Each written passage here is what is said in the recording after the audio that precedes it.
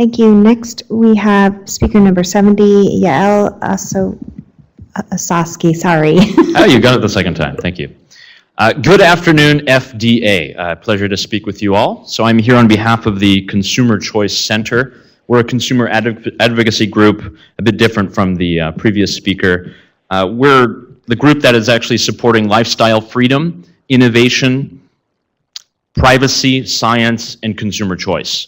We're active around the world, though our base is here in Washington, D.C. And the main policy areas that we focus on are digital, mobility. We look a lot at lifestyle and consumer goods, and health and science. And it's in that last category that we focus on cannabis and specifically CBD. We've worked on this issue internationally. We've done a lot, particularly in Canada, where cannabis is now legal recreationally, and also in many local jurisdictions throughout the United States, and also now in Luxembourg, which is to be the next European country that will legalize it recreationally. So our goal is to promote smart cannabis policy. The idea that you're going to promote competition, that you're going to promote safety, and you're going to eradicate black markets.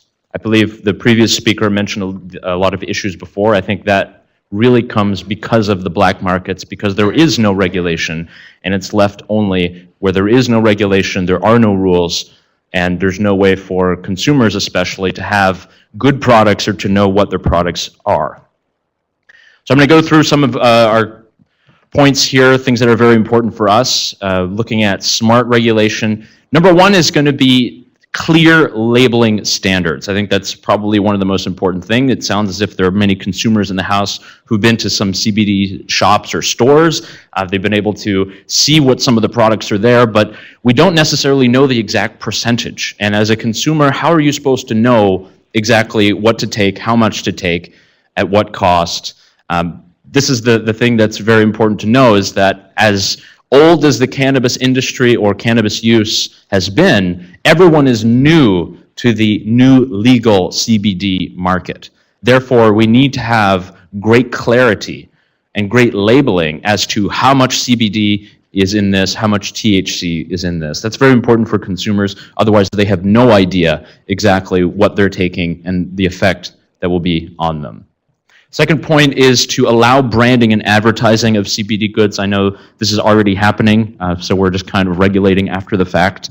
But we have to allow companies and brands to exist, because that's the only way the consumers are going to be able to differentiate between good products and bad products. We allow that with every other product. Unfortunately, in Canada, they've plain packaged a lot of their cannabis products, so there is no branding necessarily. You can't really tell the differences between brands, and because consumers don't have that option, they're not really able to establish loyalty. They can't figure out exactly which product is meant for them, and they can't figure out if it's a bad company and a product that they don't want to use.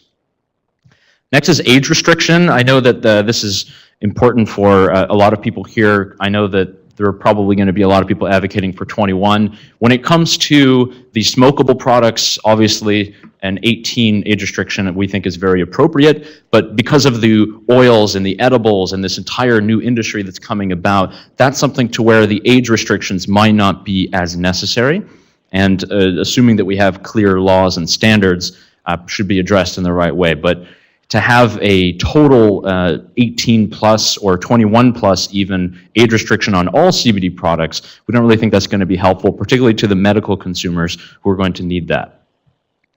Next is the benefits and the side effects.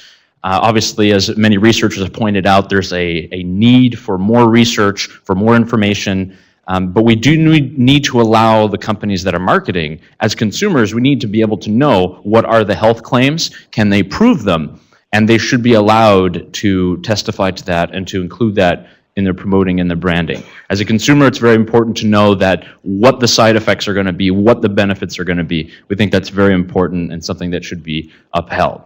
And lastly, harm reduction. So the idea is, and the mistakes that were made in Canada when it came to cannabis legalization, is they actually legalized the flower and the oils first. So if you wanted to consume cannabis, you could only smoke it. You couldn't have any brownies or chocolates or food or drink, and that's been very bad for many people who would like to take these products and not have that additional harm. So we need to allow CBD to be infused in many of these products and allow consumers to ingest them in the least harmful way possible. And I have some testimonials of people who do use CBD that is available, and you can follow us, Consumer Choice Center. Thank you very much. I have a question. Yes, ma'am. I have a question for you. What evidence do you have about the different routes of administration that causes you to have a distinction of age restrictions between different types of infused products? That's been done in some states, in some markets. Again, this is... But in terms of its effect on the body, why would it, do you have evidence that shows that some routes are different than others that would justify having different age limits for different routes of administration? In that case, we're mostly talking about medical uses, and because if you have the blanket ban, then you have exceptions, then we're just carving out laws that's carving out laws. It has to be as general as possible so it can be applied. Ideally, if there's going to be any age restriction, we talk about 18. Ideally, there wouldn't be, perhaps.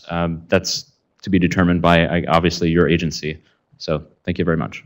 Any other questions? Okay, thank you.